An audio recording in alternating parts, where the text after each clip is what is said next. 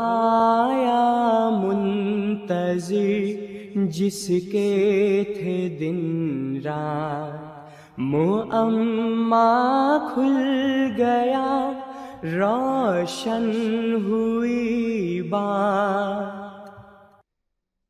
Assalamu alaikum wa rahmatullahi wa barakatuhu.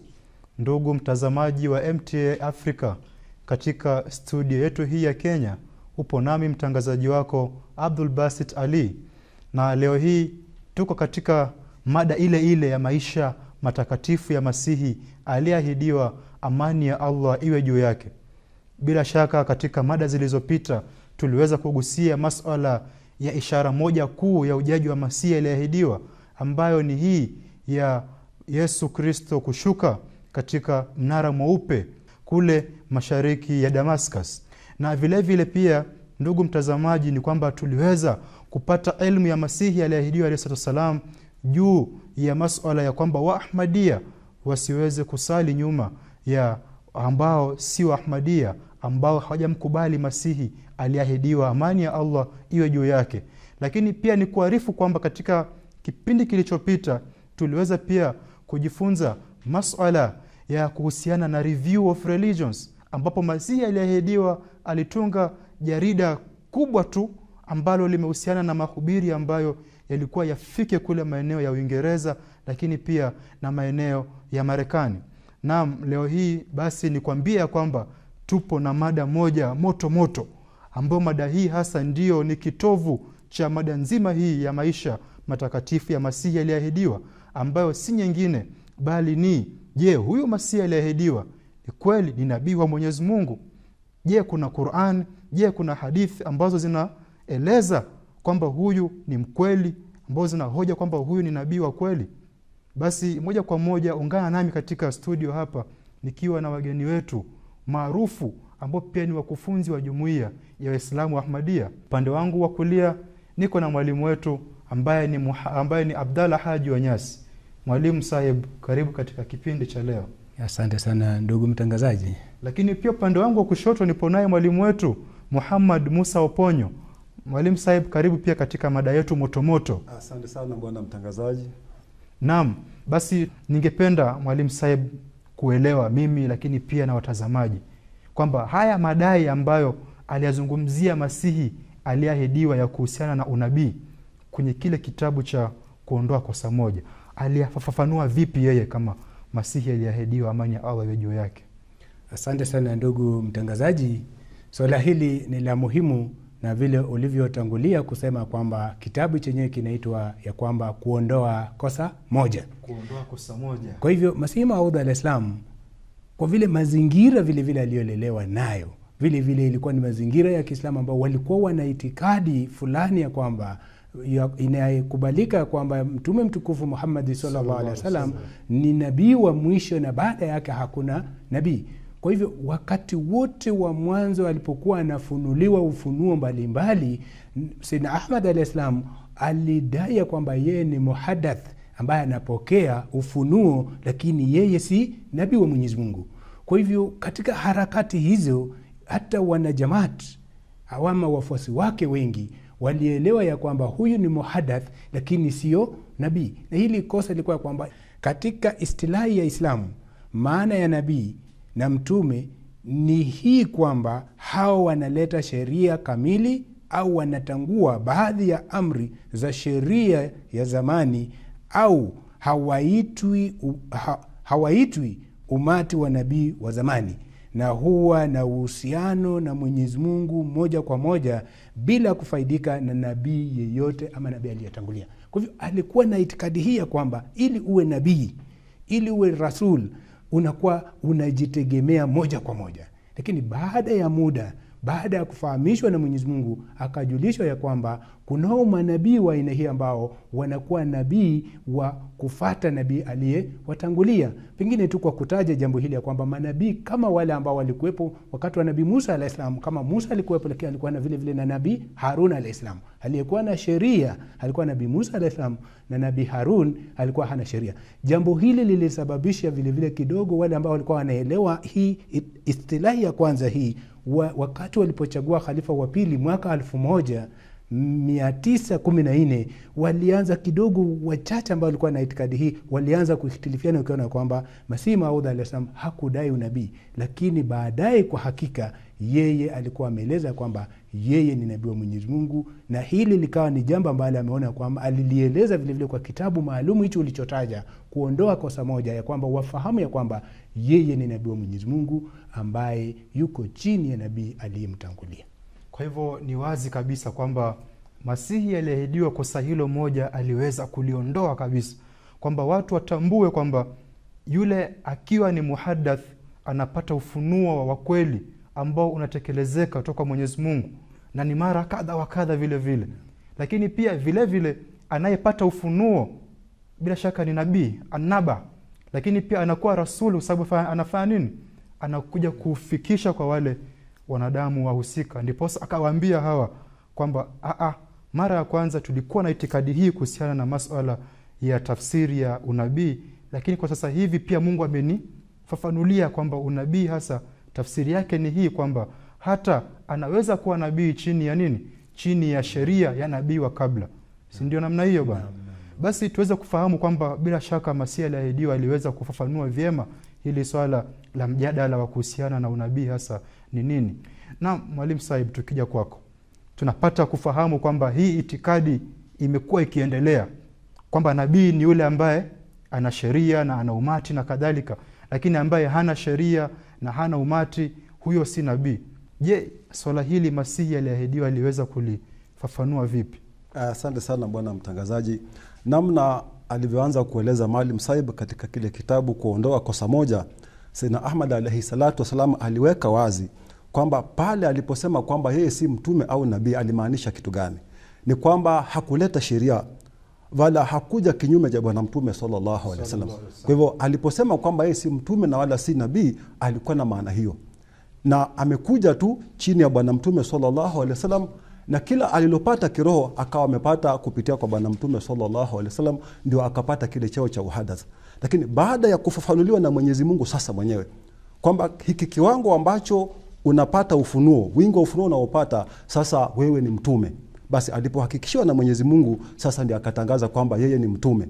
Na ujue kwamba bwana mtangazaji kwamba mtu mwenyewe hawezi jua kwamba ni mtume mpaka ajulishwe na Mwenyezi Mungu. Kwa hivyo Sayyidina Ahmad alayhis salam alipojulishwa na Mwenyezi Mungu kwamba sasa wewe ni nabii na wewe ni mtume kutokana na wingi wa wahi, basi sasa akafafanua, akawaeleza watu kwamba sasa ni hivi kwamba mimi ni mtume, ingawa sijaleta sheria na pia sijakuja kumpinga bwana mtume sallallahu alaihi wasallam. Kila nilichokipata katika utume nimepata kwa sababu ya kumtii bwana mtume sallallahu alaihi wasallam. Hivyo katika hizo nukuu akafafanua vizuri yale maneno ambayo alipata kutoka kwa Mwenyezi Mungu Subhanahu wa Ta'ala. Nasema hivi: mwenye kuwafikishia watu maneno anayopokea kutoka kwa Mwenyezi Mungu yaliyo na habari za ghaibu na matabiri makubwa huitwa nabii katika islahi ya Kiislamu. Vile vile anasema kwamba nionavyo mimi, nabii anaitwa yule anayeshukiwa maneno ya Mungu kwa yakini na kwa wingi yaliyo ni mambo ya ghaibu ndani yake. Kwa hiyo Mungu ameniita nabii lakini bila kuleta sheria. Unapata hiyo point bwana mtangazaji kwamba Mungu mwenyewe amemuita haswa nabii lakini bila kuleta sheria.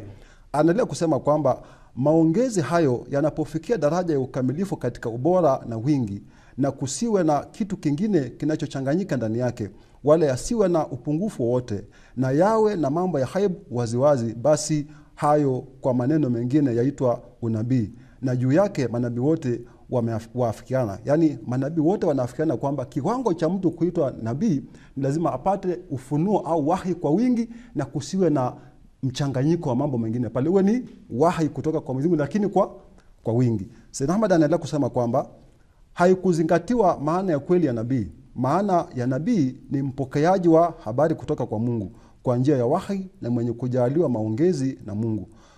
Kuleta sheria si lazima kwake, wala si lazima kuwa asiwe mtii wa mtume mwenye sheria. Basi yule aliye katika umati wa Muhammad sallallahu alaihi wasallam akiitwa nabii wa namna hii hamna shida, hususan katika hali ambapo huyo anapata baraka kutoka kwa nabii wake anayemtii. Yani kwa ufupi Sayyid Ahmad alayhi salatu wasallam amefafanua vizuri kwamba aliposema kwamba yeye si mtume ilikuwa na maana kwamba hakuleta sheria. Lakini sasa baada ya kufafanuliwa na Mwenyezi Mungu. Sasa akaeleza vizuri kwamba maana ya nabii ni hii, kwamba ni yule ambaye anapata mazungumzo kutoka kwa Mwenyezi Mungu, anapata ufunuo kwa Mwenyezi Mungu kwa wingi, na mpaka atajwe na Mwenyezi kwamba sasa wewe ni nabii. Kwa hivyo kwa ufupi, Sayyidina Ahmad alayhi salatu wasallam akaweka wazi kwamba sasa yeye ni nabii, isipokuwa hakuleta sheria mpya. Kwa hivyo ni kwamba yoyote yule ambaye anapata wahai ambao ni wa kutimia na ni wa kweli, na mara kwa mara anapata wahai kadha wa kadha, na pia awe Allah amemtanguliza kwamba akamwambia wewe bila shaka ni nabii wangu, basi huyo anakuwa ni nabii tayari, hata ima awe amepewa sheria mpya au hajapewa sheria mpya. Si ndio hivyo bwana? Lakini ni kwamba kuhusiana na huyu Masihi aliyeahidiwa, amani ya Allah iwe juu yake, pia akafafanua tena wazi kwamba yeye bila shaka amekuwa nabii wa Mwenyezi Mungu, kuwa chini ya sheria ya Nabii Muhammad sallallahu alaihi wasallam, kwamba tayari ashafikisha vile vigezo vya kufanya vya kupata wahai unaoendelea na unaotimia, na vile vile yupo chini ya unabii wa sheria ya Nabii Muhammad sallallahu alaihi wasallam, ambao tunajua wazi ndio hasa ni unabii wa mwisho katika masuala ya unabii wa sheria. Naam, Mwalimu Said, tukiendelea pale pale kwenye mwisho wa unabii, hii mada pia huwa inakuwa na changamoto sana katika hali ya kuifafanua. Katika jumuiya ya Islamu Ahmadiyya, huyu Masihi aliyeahidiwa, amani ya Allah iwe juu yake, amefafanuaje hili neno khataman nabiyyin? Yani umwisho wa manabii, au ni ubora wa manabii, ama ni hali gani? Asante sana ndugu mtangazaji. Ni kweli ya kwamba neno hili khataman nabiyyin ni neno ambalo misingi yake alivyoeleza Masihi Maud al-Islam linaashiria umwisho wa nabii, lakini akaeleza kwa mapana, kwa vile tayari maandishi yake yako, maandiko yake ambayo ameeleza neno kwa neno kueleza maana ya hii khataman nabiyyin. Ni neno ambalo linaleta kidogo mchanganyiko, wale ambao wanafasiri mwisho na kadhalika. Masihi Maud al-Islam hajakana ya kwamba hili neno liko na umwisho, lakini liko na umwisho wa aina fulani ambayo ameeleza hapa kwamba ni umwisho wa nabii wale ambao wana sheria. Anaeleza hivi, nikimkota anasema kwamba basi kama ikisemwa kuwa Mtume sallallahu alaihi wasallam ni khatamun nabiyyin, awezaje mtume mwingine kufika baada yake? Basi jibu lake ni hili ya kwamba bila shaka hawezi kufika mtume yeyote mpya. Awezaje kufika mtume baada yake kama yeye ni khatamun nabiyyin? Kwa hivyo ina maana kwamba hawezi kufika nabii mwingine mpya, lakini walakini iko hapa ya kwamba mpya kwa mradi ya kwamba nje ya umati wa mtume mtukufu Muhammad sallallahu alaihi wasallam. Na anasema kwamba au hata wakale kama nyinyi mteremshavyo Hadharat Isa alayhi salam katika zama za mwisho, nanyi mna itikadi kuwa wahi wa utume utaendelea kumshukia kwa miaka 40 kwa kupitiza zama za mtume sallallahu alaihi wasallam. Bila shaka itikadi kama hii ni kosa, ya kwamba iwapo sasa watu watachukulia ya kwamba okay, unabii hakuna, lakini bado anasema kwamba Nabii Isa alayhi salam atashuka, na akishuka vile vile ataendelea kupata wahi kwa miaka zaidi ya 40. Kwa hivyo ina maana ya kwamba bado ile itikadi ya kusema kwamba ni nabii wa mwisho itakuwa imeingia kosa. Akifafanua jambo hili akasema kwamba walakin rasulullahi wa khataman nabiyyin, na hadithi hii ambayo mara nyingi inatumika kwamba la nabiyya baadi, ya kwamba hakuna nabii baada yake, akieleza kwamba mradi wake ni manabii ambao watakuwa wa daraja la juu kuliko mtume mtukufu Muhammad sallallahu alaihi wasallam, lakini nabii chini ya mtume mtukufu Muhammad sallallahu alaihi wasallam anaeleza kwamba wataendelea kufika. Hapa anasema kwamba katika aya hii kuna bishara wasiotambua wapinzani wetu, nayo ni hii kwamba baada ya mtume sallallahu alaihi wasallam milango ya bishara imekwisha fungwa. Haiwezekani sasa kwa yeyote yule, baniani au Myahudi au Mkristo au Muislamu kwa jina, aweze kuthibitisha neno nabii kwa dhati yake. Nasikia kuna neno kwa dhati yake, kwa kujitegemea, lakini anasema kwamba madirisha yote ya utume yamekwisha fungwa, lakini dirisha la Sirati Sidik liko wazi. Mradi wake kupata utume kwa kujipoteza ama kwa kumpenda Mwenyezi Mungu na mtume Muhammad sallallahu alaihi wasallam. Akaeleza kwamba hii ya kwa chini ya mtume Muhammad sallallahu alaihi wasallam, hii baraka ya utume itapatikana, lakini nje ya mtume mtukufu Muhammad sallallahu alaihi wasallam baraka hii inaenda haipo. Kwa hivyo Mwalimu Saib, naona hii mada ni changamfu sana. Ni kama Mwalimu Saib ametuambia kwamba mbona watu wana itikadi kwamba Nabii Isa atakuja tena? Je, akija atakuwa nabii? Atakuwa nabii wa kujitegemea ama nabii chini ya sheria ya Muhammad sallallahu alaihi wasallam? Hilo pia ni swali kwa ajili ya wasikilizaji walifuatilie kwa kina sana. Kwa sababu ametueleza mwalimu wetu kwamba neno khatam halikati maana ya mwisho, lakini linakata maana ya mwisho kwamba hakuna nabii ambaye atakuja baada ya Nabii Muhammad sallallahu alaihi wasallam kwamba aje na sheria mpya zaidi ya Qur'an tukufu, ambayo bila shaka Allah amesema kwamba hiyo ni sheria ambayo imekamilika. Kwa hivyo ni kwamba hata nabii ambaye atakuja baada ya Nabii Muhammad sallallahu alaihi wasallam, kulingana na maelezo ya Masihi aliyeahidiwa, ni kwamba huyo lazima awe atafata kivuli cha Nabii sallallahu alaihi wasallam, atafata mafundisho ya Nabii sallallahu alaihi wasallam, atapata baraka na fadhila za kutoka kwa Nabii Muhammad sallallahu alaihi wasallam, ndiposa aweze chini yake kuwa nabii ambaye yupo chini ya sheria tukufu ya Islam, ambaye si mwingine bali ni huyu Hadhrat Mirza Ghulam Ahmad wa Qadian, amani ya Allah iwe juu yake. Na kuna la kuendelea katika mada hiyo Mwalimu Saib. Hii mada naona kama leo imenifurahisha sana bana. Kuna sehemu ambayo Masihi Maud alayhi salam ameeleza hapa, akasema kwamba kwa neno yake akasema kwamba ikiwa apokeaye habari za ghaibu kutoka kwa Mwenyezi Mungu hapati jina la nabii, niambieni basi anaitwa jina gani? Kama mkisema inapasa kumpa jina muhaddath, basi nasema kwamba katika kamusi yoyote maana ya neno tahdith haikuandikwa kuwa ni kudhihirisha habari za ghaibu, lakini utume maana yake ndiyo kudhihirisha mambo ya ghaibu. Kwamba Masihi Maud anasema kwamba basi yule ambaye atakuwa anafunuliwa ufunuo mara kwa mara, huyo sasa kama tutakwamilia kwamba aitwe muhaddath, sasa anasema kwamba katika makamusa ambayo yanaeleza lugha hii ya Kiarabu hakuna penye inapatikana ya kwamba mtu huyu anaitwa muhaddath, bali inakuja kwamba anaitwa nabiyullah, nabii wa Mwenyezi Mungu. Naam.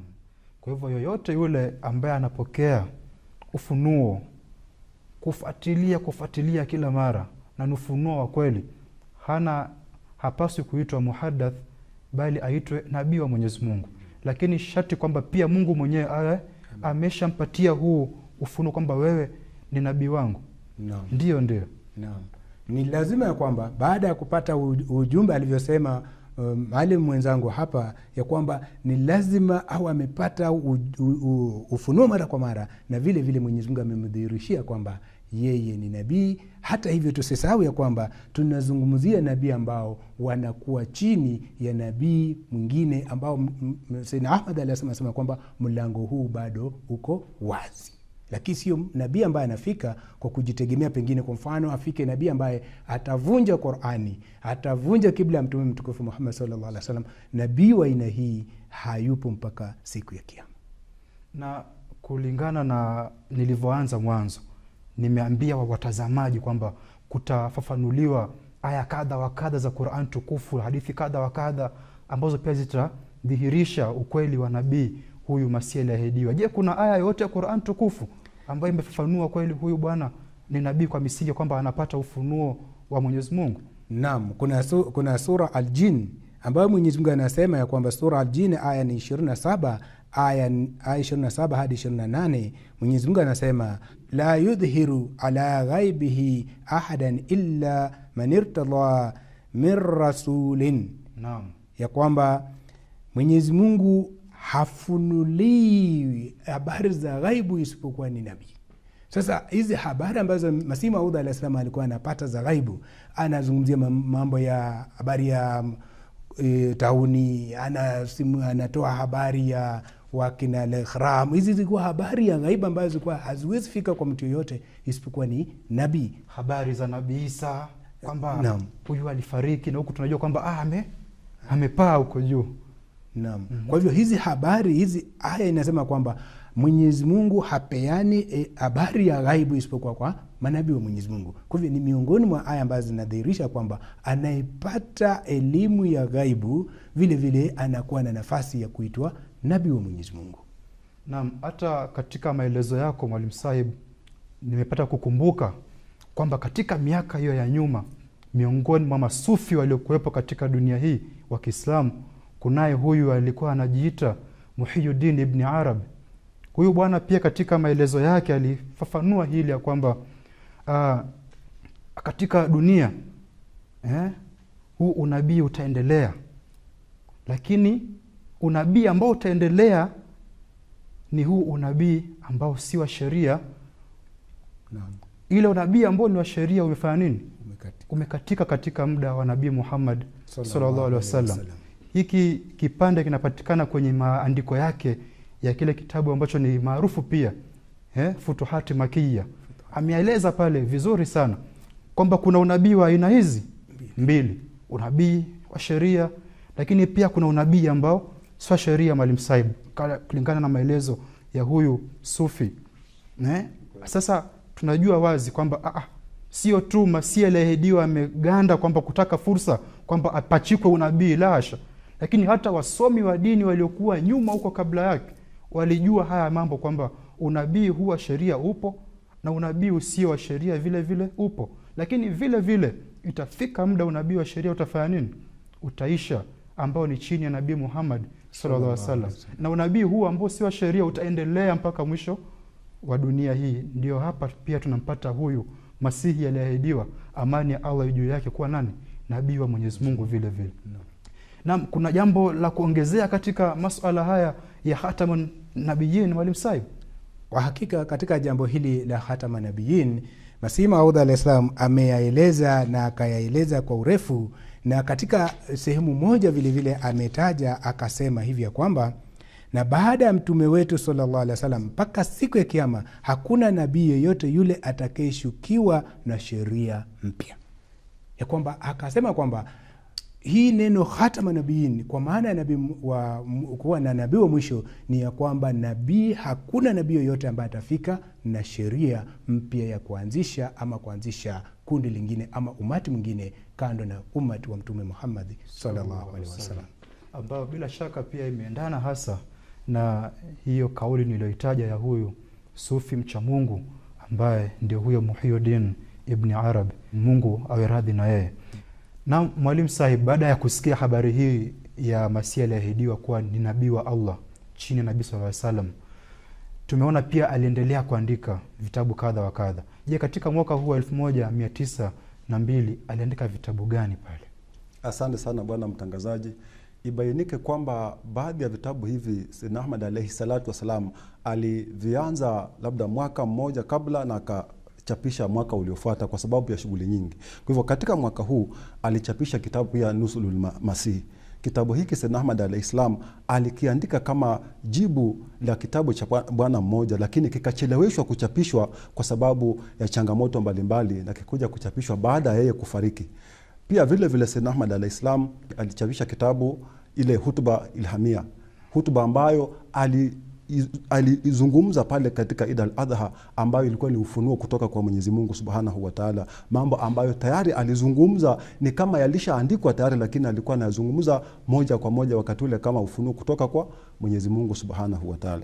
Na vile vile akaandika kitabu Kashti Nuh, Safina ya Nuhu. Hiki kitabu kumetajwa ule utabiri kuhusu gonjwa hili la tauni ambalo lilihilikisha watu wengi sana kutokana na utabiri wa Sayyidina Ahmad alayhi salatu wasallam. Kwa hivyo kwa ufupi bwana mtangazaji, hivi ni baadhi ya vitabu tu ambavyo Masihi aliahidiwa akaandika katika mwaka huu 1902. Shukran sana kwa mada hii ya maudhui ambavyo imetokana na vitabu alivyoandika Masihi aliahidiwa. Kwa kweli kazi yake kulingana na vitabu hivi ilikuwa hasa ni ya kuendeleza mahubiri ya Islamu Ahmadiyya na kufafanua ukweli ambao unahusiana na Islamu uliojificha sana katika zama na zama.